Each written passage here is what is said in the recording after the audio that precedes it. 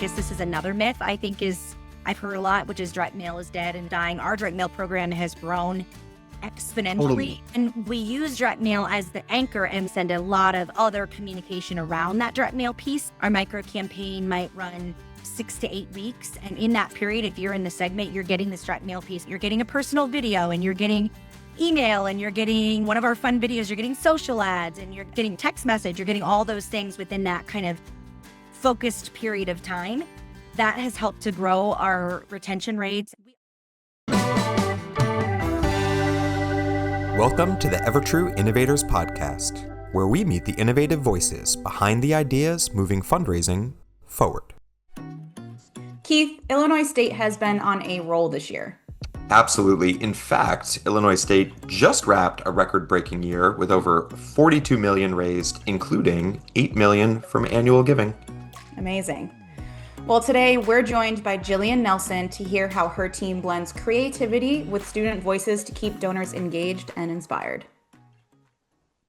Jillian, hello. Welcome to the EverTrue Innovators Podcast. First and foremost, congratulations on being a 2025 EverTrue Innovator. Thank you for having us and for acknowledging us with an award. We always are excited to win something here at Illinois State. And kicking off things with a fun fact that you just told me, I want to give it a shout out. Congratulations on a record-setting 2025 fiscal year. If you're comfortable sharing, I think people would be excited to know what set the stage for this record-setting year and where you and the team plan to go out and have drinks after to celebrate. Well, first of all, thank you for having me. And to give you a little bit about myself, my name is Jillian Nelson, and I have been in the fundraising world for just about 20 years. I've been a lifer in higher education fundraising at multiple universities and worked the gamut of roles on the annual giving side, on the major giving side. I've been a director of development. I've done corporate and foundation relations, and I've even worked on the operations side in the donor engagement, kind of the donor stewardship area and running that as well. So I've been a lot of places within higher ed fundraising. I currently lead our annual giving team and our engagement center. I've been doing that for about 7 years now in this role as the senior managing director and really enjoy higher ed fundraising and what we do to help students live out their dreams. As far as our fiscal year this year and the success that we've seen, we ended a campaign about 4 years ago, which took us to a new level of results in our giving and our fundraising efforts. And we just continued to grow and build upon that. We're very classic Midwesterners in that we're good at doing more with less. We've mastered the art of that, and that seems to be a lot of the higher education landscape. We use a lot of our Midwestern approach, which is roll up your sleeves and get in there and get the work done. A lot of really good hard work ethics in the team here at Illinois State, and I think the people doing the work are the key to success. I always say that it's really important to have the right tools to do the job. We have spent a good amount of time over the last 3 to 5 years really trying to hone in on what those tools are that help us to do our work more efficiently, more creatively, that help us to connect with our donors and break through the noise in communication because there's so much coming at all of us every day. Making sure that we have the right tools in the toolbox to break through the noise and be heard. We have a great story, so when we can get someone to listen to the story, it's much easier to encourage them to be a part of Illinois State success. We're celebrating over $42 million raised this year as an institution. I'm very proud because $8 million of that is from annual giving. So gifts under $25,000. That is our largest from the annual giving side that we've ever raised at the institution also. So it's been a really great year, something to celebrate and build upon as we move forward. Congratulations. Wow. 42 million. I can definitely empathize with doing more with less. I think that's our marketing team here as well, something that we've been comfortable with as a scrappy startup for 10 years. But yes, that's a very common thread amongst everyone that we've talked to. I just also want to say I love the term engagement center. I'm really picturing CTU from 24. It's a bit of a dated reference, but giant screens on the wall and Jack Bauer, Barney Name. Not quite that cool, but we do have an engagement center that's pretty functional and works well at this point. Awesome. Let's kick off with our warm-up question. What is something that you secretly or not so secretly disagree with when it comes to annual giving or donor engagement strategies? I have two things. So I'll start with the first thing I will say is from internal and working with a lot of partners, it has been to back off things like the engagement centers or call centers, getting rid of them, not utilizing them. because they don't work and we're not, these $2 million phone programs that we were in the 80s. I think that that's the wrong approach. I don't think we want to just cut them off at the heels. I think it's thinking about how do you take your core competency of that group. And so we looked at ours and we said, okay, it's the students. It's the fact that we have student talent that we can train and teach to be ambassadors and representatives to our constituents. And so the way we get them in front of donors is different than it was before, but we don't want to lose that core competency of the engagement center, of utilizing students to engage with our alumni, because they are much more interesting to a donor and an alumni than talking to me. And so I think instead of just being like, we're not going to do it, it's a lot of expense, which it is, you need to rethink what that looks like, from everything to what are your expectations, your key performance indicators. They're not the same as the old call centers. And if you're just putting your call center in and calling it an engagement center, but doing everything the same, you haven't created anything new. I'd hear a lot of institutions be like, we're just going to get rid of it completely and not utilize it. We have evolved into a separate program. Our students focus more on depth of relationships with existing donors. We do less acquisition than we used to on that platform. Instead, we focus on teaching our students to ask the right questions. Are they asking for things that might give them wealth indicators? Are they sharing that information with us so that we can do follow-up? We've been doing that about 3 years now. And in year 2, we had our normal annual giving, but we also had about $60,000 in major gifts. And then this last year, we actually uncovered a $960,000 gift from our engagement center students being trained to have the right conversation.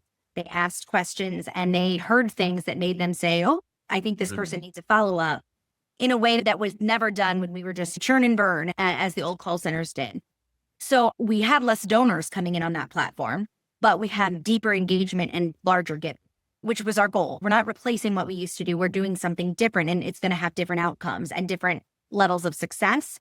And so it's doing exactly what we'd hoped it would do, and we continue to try to improve and make it better and better. But that's one thing I would say, is that sometimes I hear folks a lot at conferences, we're just going to get rid of it. It's not working. Yep. And I would just encourage people to really think about how you can deploy that student resource to interact with your donors. And for us, video has been a big part of that. Using the ThankView product has been a big part of our strategy with our engagement center. The other one is something that I think comes, and again, I have been on the major giving side, the annual giving side, in a variety of different seasons of my career. And sometimes I think one of the wives' tales is that annual giving is the place you go to start your career. You go to start, and then you want to go to major gifts. You're going to build your way up, and that's how you're going to do better and make more money and be more successful. I'm all for all those things. I like more money. I like being more successful. I'm good with all that. But I do think that there are opportunities for us to really, as annual giving professionals, show our leadership that annual giving is critical to the major gift side of their work too. So we have taken on an approach that our donors don't know, oh, this team works on gifts less than $25,000 and this works on, we're all fundraisers. And so my team is trained and able to, if we meet with someone or interact with someone and they want to give $960,000 of a stock transfer, we can do it. It doesn't make sense to the donor to move that relationship and pull it away because of some archaic rules and lines we drew. The donor doesn't care about our org chart. And so I think the more that as annual giving professionals, we can demonstrate to our leadership, hey, we close annual gifts, but we also help uncover those big rocks because we're talking to more people than our DODs across the university. Demonstrating that and demonstrating the gifts that you touch, the relationships you touch before you hand to a DOD, and then how many of those go on in 3 years to become a major gift, showing how many annual gifts on average people make at your university before they make a major gift, really demonstrating the long-term value that we have at your specific institution can help elevate the importance of the annual giving team so you get better investment. And so I just think it's a place where people can come and build a career. You don't necessarily have to just shoot for jumping onto the major gift side if you're passionate about fundraising in this capacity. So that would be my couple of things that I would say are sort of kind of myths that I think exist out there in the fundraising and annual giving world specifically. I love your perspective. Honestly, what you're describing, it sounds like the way you operate reminds me of the startup mindset, constant evolution, not being reverent to certain traditions. There could be some good reasons why, but ultimately not being beholden to them because you're rewriting the rules in a lot of ways right now. I can tell you that other folks that we've spoken to, even on this podcast, their call centers were completely shut down. Their engagement centers were completely shut down. And they were thinking, what are we going to do? How are we going to keep students still a part of this process? Because they loved it. So luckily, they've been able to utilize tech like video to keep that going. And frankly, even Major Giftsy from a lot of our conversations is really shifting a lot to a lot of what we do is we try to provide technology to let folks scale it up. So instead of a major gift officer having 100 people that they're targeting, you could have somebody almost sort of bridging the gap, or even just someone in annual giving who can reach out to 1,000 people, but they're able to have that level of personalization and connection through video and whatnot. So those are great answers. And I really think a healthy approach. And it's no wonder why you raised $8 million in the past year. So we are going to talk about the student involvement. That's one thing that I just love about all of your campaigns, but kind of starting a little bit high level, thinking about the campaigns, they are incredibly creative. They have been so much fun for us to feature. They are inspiring for other universities or even smaller schools. We love the magical giving days. We love the festive gift appeals. We're really curious about how you decide the creative direction to pursue for each campaign. What does that look like? Yeah. So, I mean, first of all, we're really fortunate that we have a pretty creative group here at the university who looks forward to thinking about those creative campaigns. For example, our videographers do a lot of filming of talking heads at universities, very traditional kinds of things. When you get those creative folks and you say, but we're going to do this really exciting things, I think they get excited. They want to stretch their creative muscles at work, just like we do. So we do a couple things. Number one, the annual giving team, we do a planning session every late spring. And we, analyze all of our past campaigns, what performed well, what didn't. We look at our different communication that's part of every campaign. What is going to be our segments, the people that we talk to? What are the main campaigns going to be? We do all of that and come up with initial ideas. For example, this last year, it was Giving Day. We had Birds Give Back. Giving Back is magical. And our mascot, Reggie the Redbird, was going to be a magician and make philanthropic things appear around campus as people were giving throughout the day. We had some fun video tricks with that. So our team just kind of came up with this idea of, we could do this. It would be fun. There's lots of ways to play with it. After we build that, we meet with our creative team in our marketing area. We pull our graphic designer who's going to do our mail pieces, digital, and all of those things. And then also our video team together. And we all get together in a chill, relaxed space. We usually sit in like a lobby or just somewhere kind of relaxed. And we just say, here's what we've got so far. And everybody will pitch in. We see where it runs. We'll write different ideas down. We're inspired a lot by different pop culture things we see because we think that resonates well on social. We also recognize that our celebrity really is our mascot. It's Reggie Redbird. Like, you can feature your president, you can feature other university leaders, and they're all great people. But if you're a big institution, they don't necessarily pay attention the way we do, but they all know the mascot. And so we really have tried to understand that is our celebrity to utilize. So we just get together and brainstorm. And then one of us, and typically it's me, will go back and write a script. And then our video team takes all of that scripting and stage directions that we'd included, and they schedule and film and create these incredible video products, print, so that our print and our digital has that same thematic view. And because we all came up with it together, we see a lot of ownership and excitement. And I also very much encourage the creative people that, we've got this idea going in, but if you're in a shoot and something cool happens and you got this little Easter egg or a funny thing you want to add, do it. Like, I give them freedom because they get really excited and they'll do all kinds of extra things. So it's having your idea and setting the vision, but letting other people have the power to create their best work. That's kind of how we have approached it. I most look forward to these meetings. When I know we're going to have one of these, I'm so excited to come to work because I know I'm going to sit with those people. We're going to laugh. We're going to come up with so many ideas that we're like, we can't actually do that, but that's hilarious. And we think big and then bring it into what can we do? How could we do that in a way that's acceptable and people will like it? So we have a lot of fun with it. We try to kind of push the envelope a little bit and have some good fun. Mentioning in that brainstorms, the ideas thrown out, like, wow, we can't really do that. But I think, because we do that all the time too. Yep. From that, maybe it was on a scale of 1 to 10, like a 10.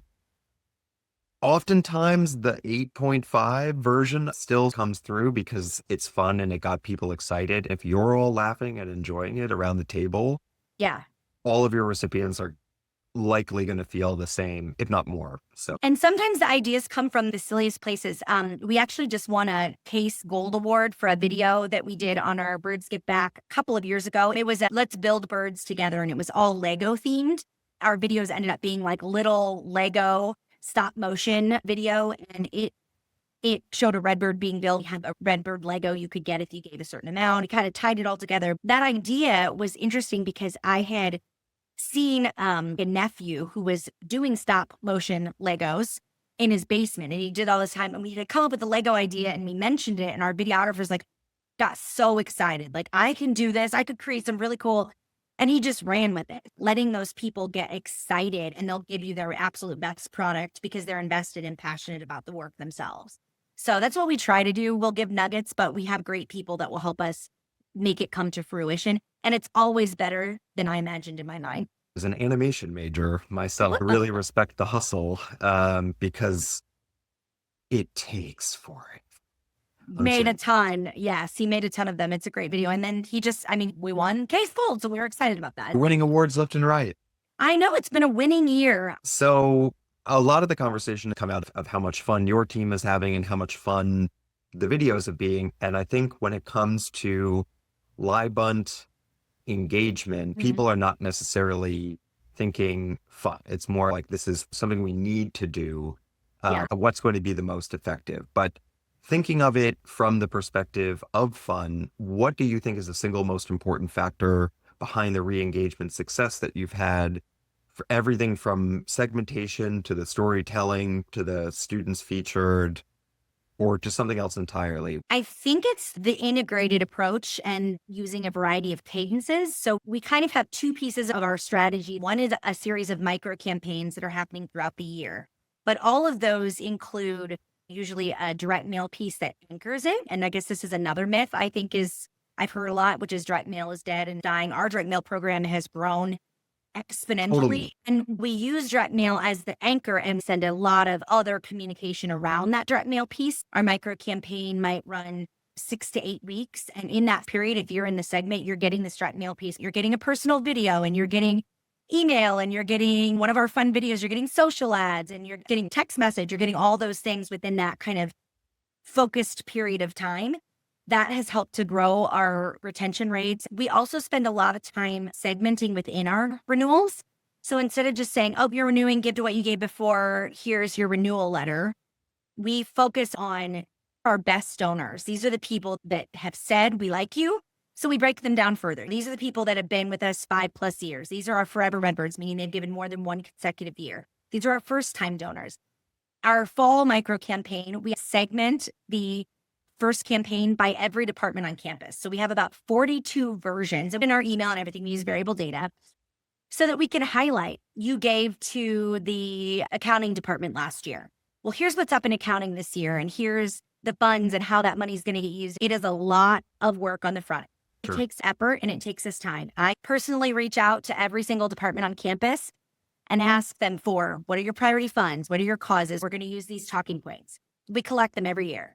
It's like herding cats sometimes. It's not always easy, but it's worth it because we can use it in our direct mail piece and everything happening there, but then we can also use it in our engagement center.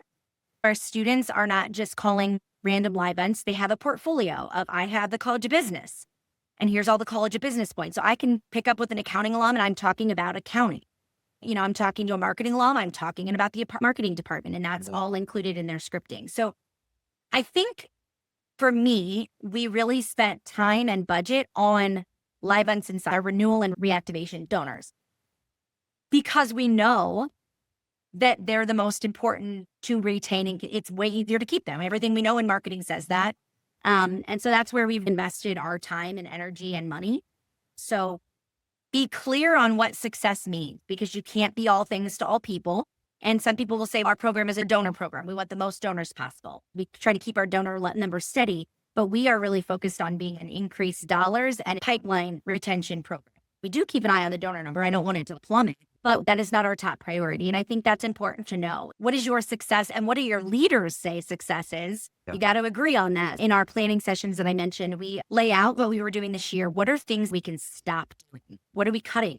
What are we creating efficiencies in? So we're going to automate, for example, our anniversary letters. We used to spend a couple hours every month, 2 to 3 hours on anniversary letters. We still do anniversary letters, but we've automated.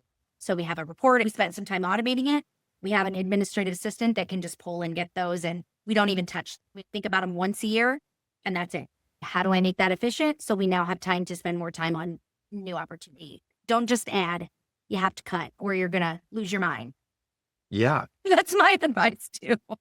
I couldn't agree more. And I would say a lot of the new tools are pretty amazing for automation in the sense that you don't Yes. lose the personalization. And Absolutely. feel free to be honest with me. Do you use ThankView for gift anniversaries? We do use them for gift anniversaries. We have the engagement center students sending them, and they're touching each one. In early conversations with folks, we always say this is really Yeah. fun, kind of low hanging fruit that if the automated birthdays, ThankView is going out just Yes. based on their birthdays, the automated gift anniversaries, you could record in the beginning of the year. You could put some time into it. You could bring Reggie into it as well. And then it's a set it and forget it for the rest of the year, which is very luxurious. It is very luxurious. Yes. I think those are exactly the kinds of strategies that people should be using and that we will continue to grow in as well on our side. That's great. We've talked about the campaign ideation and we've talked about the strategies for re-engaging the live bunts. What I'd love to touch on is the students themselves and the involvement that they have in your videos. I would love to know, and I think the audience would love to know, how do you go about training your students? How do you go about empowering them to contribute to the video messaging? And how do you maintain authenticity with the student messages, striking the balance between this is what we really need to talk about, but also just be you? I'll try to tackle some of those questions one at a time. The first thing I would say is that we do have students that work for us who work about 16 hours a week. So, this is their student job. It's not an internship. They're paid for their positions. And I think that's important because it does raise sort of the level of student talent that we recruit. We're one of the best paying jobs on campus. We did that very specifically because they're not just doing video. They're interacting with our alumni on the phone, via text message, writing direct mail, personal notes. It's an important job and it takes a higher level skill for a student position. So we pay for them. When we went away from our call center, we used to employ about 50 students. We now employ between 15 to 20. We have a much smaller team, but we pay those students more money. Overall, we saved money. Yeah. And we're focused on reaching less constituents in a year. We don't necessarily try to reach every constituent in our database like we used to. We focus on the ones that we think are most likely to make a gift, different things. We're very clear with them on here's who you're working with. Like I mentioned, we create portfolios like a development officer would have. So if we have a business student in the student workers, they're working in the College of Business portfolio and communicating on that. Nursing gets nursing. We try to pair it and make it really personal because then the students are speaking about something that is personal to them, that they're more comfortable with, that they can really connect with. And it's more meaningful for the student, right? Like, oh, I'm talking to other people who've been nurses and I'm going to be a nurse and I get some cool advice. We find that our alumni love to give advice and share stories about their careers. And that happens better when you've naturally aligned their interests. You asked about how we train them. We have a series of training modules that we work through with them. We have a full-time staff person on my team who manages our engagement center, which is this student group of employees. They have the time every day to be working with those students. It's not me trying to manage 40 other people and also this. Yeah. They're doing the direct day-to-day manage. I set the vision, goals, and the key performance indicators, and I check in. They're really in the nitty-gritty with them about what videos need to be recorded, what ideas do we have, and what's the scripting. And I think that investment makes a big difference in the results that we get. This full-time staff person on my team trains students as they come in. They'll do a series of 3 trainings modules that spend with them, and then they do some on-the-job training as they get started as well. We also have found over time that just like anything, some students are really good on camera and some aren't as good. It's not maybe natural or it's a little more uncomfortable for them, right? It's not the easiest thing to be on film all the time. And so we have also been able to identify as we work with students, like these students are really good on camera, so we're going to use them more in specialty things. They all will film their general, thank you for making a gift videos, and thank you for making your pledge. So they can drop their personal video to someone that made a pledge with them on the phone or via email. They all do some. But if we've got anniversary videos for the month of July, we might pull our best our 2 best ambassadors who are ThankView and say, okay, here's the 35 that need to be filmed right now. And they'll go in and actually film them. We do also find it's really helpful to utilize in ThankView. There's the opportunity to copy paste your script over. So it's like a teleprompter. Yeah. That has been a really helpful tool for us. It's simple. It's not hard for the students to use. We write and approve the scripts ahead of time, but we always leave room for them to personalize it. So we'll say like, I'm a student this, and then we'll, like for right now, it's like, tell them the best thing you're learning this summer at your internship or whatever. So we try to give them place to share something personal because that's what the donors are excited about. So those are some of the things I would say. Have a really clear training module set up for them. Utilize the technology that makes it simple, like being able to read the script on there. And know that no matter how much training you do, not everybody's going to have the same level of excellence on a camera. And so you can identify as they're filming their intros. Like I said, everybody has to film 3 videos that we use throughout the year. But you can tell pretty quickly which students are going to do great on it and which ones that's going to be a struggle. We just more heavily use those that find that to be an easier asset to bring to the table. You seem to have found a ton of talent. I do love the goal of trying to have someone who can connect, even if they aren't the top performer, if you will, like on video, at least they will have that sort of authenticity, that real connection with someone who had that similar major and are going to get excited to share some of their advice. Yeah. And we also are always very, careful with students. This is their first professional job for many of them. We have a filming space within our engagement center that's lit up and it's got a nice backdrop and we can change it out for the seasons or different things. But we also sometimes have them film on campus or from a dorm room. If it's like, hey, we're back at school, we want to give you this update. In those cases, we train them on things like pay attention to what you're wearing. You don't want to have a logo that's maybe, or something that shouldn't be appropriate, or behind you. Is there something behind you that would tell people where you live or something you don't want them to know? We find that to be helpful in training them for success on video as well. They get better and better as they go. That's what I'm going to tell you. The more you have them do it, my students can film fast. We do personalized video messages for our President Circle members. So our higher end live ones, they give more than $1,500 a year. So theirs isn't just like, renew your gift, a general anniversary. It's, hi, Jillian, last year you gave $2,000 to the accounting department and your anniversary's here. And we'd like to ask you to blah, blah, blah. And again, we do that for our higher end people because it is more time intensive. But my students can film 100 of those in one shift because they're so used to doing it at this point. So the more they do it, the better they get, the bigger your capacity to film more personalized videos. Yeah, that's very true. Exactly. The last part you just said, having gone through also myself, even recording many ThankView sometimes in large batches, once you get on a roll, it's so fast. And that's how we started. I mean, I started filming during COVID. I was filming videos to every donor. We started with our President Circle, consecutive donors. I mean, I've filmed thousands of videos during COVID on my front porch with my camera. I'll never forget it, on my son's high chair. I would put the video camera up and just talk. He thought I was talking to him the whole time, but I was video.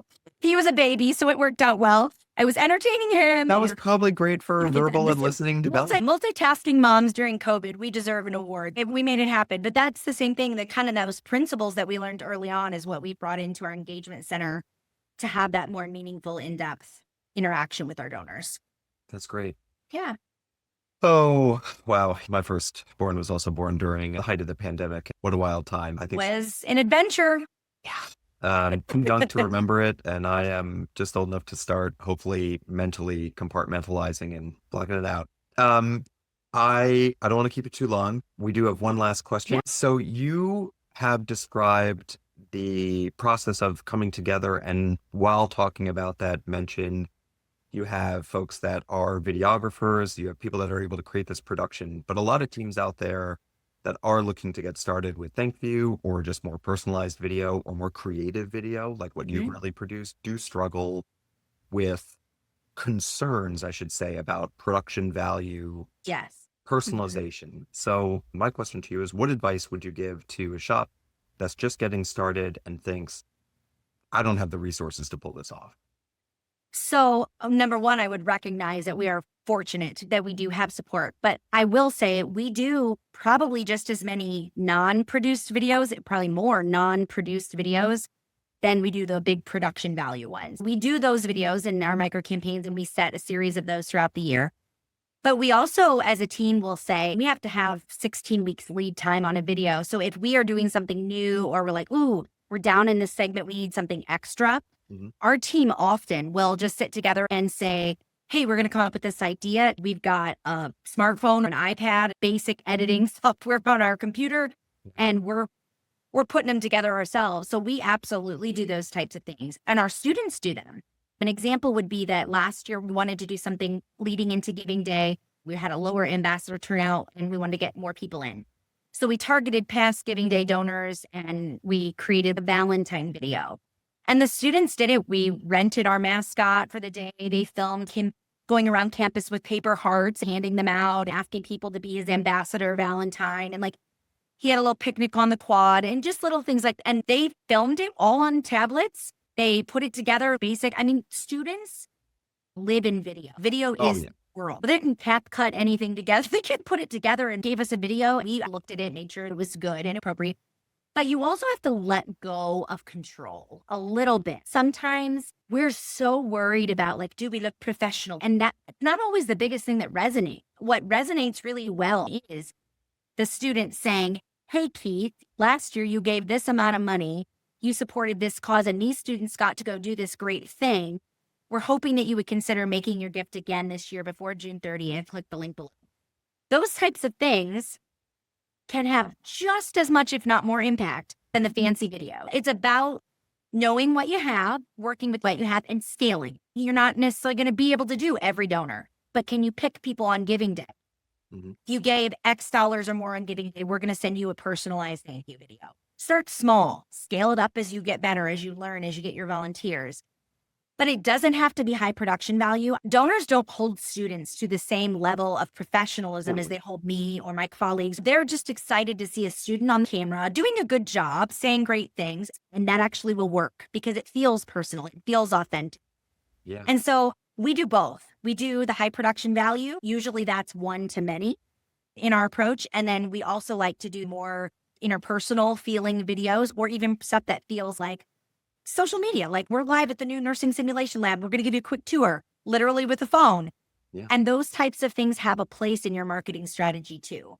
If you're smaller and you don't have the production value, lean into those and show people what you can, because that's going to make the biggest difference in that depth of connection, which is what leads to your upgrades, higher retention rates, and occasionally uncovering that rock where you're going to find a $960,000 donor that nobody on your major gifts knew about. It's not going to happen every day, but occasionally you're going to uncover those people just because you're engaging them in a more meaningful way. That's great. Yeah. I think the advice you're giving too about not being concerned about production quality kind of harkens back to us talking about the traditions. There was a process for many, if not most, of universities where a video was going to be so vetted and needed to be so polished before it went out. Right. But as you said, students live in videos. I'd say most people now in the world, I mean, I'm even just thinking frankly about like my parents and the amount of time now they're spending just watching video clips on their phone, the amount of time we FaceTime, the fact that my son, who's 1.5, FaceTime does not faze him at all. He gets it already. That's kind of maybe concerning, but it works great. And he's able to see Nona all the time. Wonderful. That feels like our life now. So there's really not a negative to it. We've been doing videos like this with our students. I don't look at every anniversary video that they make before it goes out. We usually look at the first one, make sure the campaign looks good. The great news was if somebody was going to go off the rails with a video, you can see them. You know who it is. They're not going to escape you knowing you did it. But we've never had that problem. We've been doing it 5 years and our students have, again, they're paid students that are committed to the job. They're all very excited about the mission that we're doing. They want to help raise money for their fellow Redbirds that are in need or themselves who are scholarship recipients. It gives them more empowerment. They do their best work because they're excited about doing something and getting to be the ones that are trusted. We've never had a problem. I constantly remind my staff, and this isn't just video, this is everything. Pretty doesn't necessarily mean we raise more money. But at the end of the day, it doesn't have to be perfect. It can still raise you money. And that's really our job. It's not perfect communication. It's to raise more money. Sometimes that is coming at you from, Festival ISU, wanting to show you what our students get to do when they're on their first week on campus. It doesn't have to be fancy to be effective. I think it's great advice. I think it is something that hopefully will get smaller teams or those that feel like they don't have the production quality to just take out their phones, use their webcams, really just go for it. I think they'll be pleasantly surprised. I think folks can really get a lot of great value with their communication with their constituents working through ThankView. And like I said, it's a tool in the toolbox, but it's a really valuable tool. We found it to be one of our critical tools to helping us be successful. That's great. So, Jillian, thank you for being so generous with your time, so thoughtful with your answers. I think this is going to be really inspiring for teams that are out there that are looking to do more creative videos, more fun videos, really trying to pull donors back that maybe haven't been as connected to the school or their students before. I think that this episode is really going to help push and make people feel more comfortable and hopefully like they have the abilities to kind of mimic some of the success that you have done. So congratulations again on being an innovator, and thank you for joining us today. Thank you. And to listeners, if anybody wants to see our videos, Illinois State University has a YouTube channel. If you search giving, you're going to find a ton of videos that we've done over the years. Feel free to use them as inspiration. I think we, all want to do our best work. And sometimes after you've asked people for money for 18 years, it's good to get some fresh ideas out there. We're happy to help out if that helps anybody.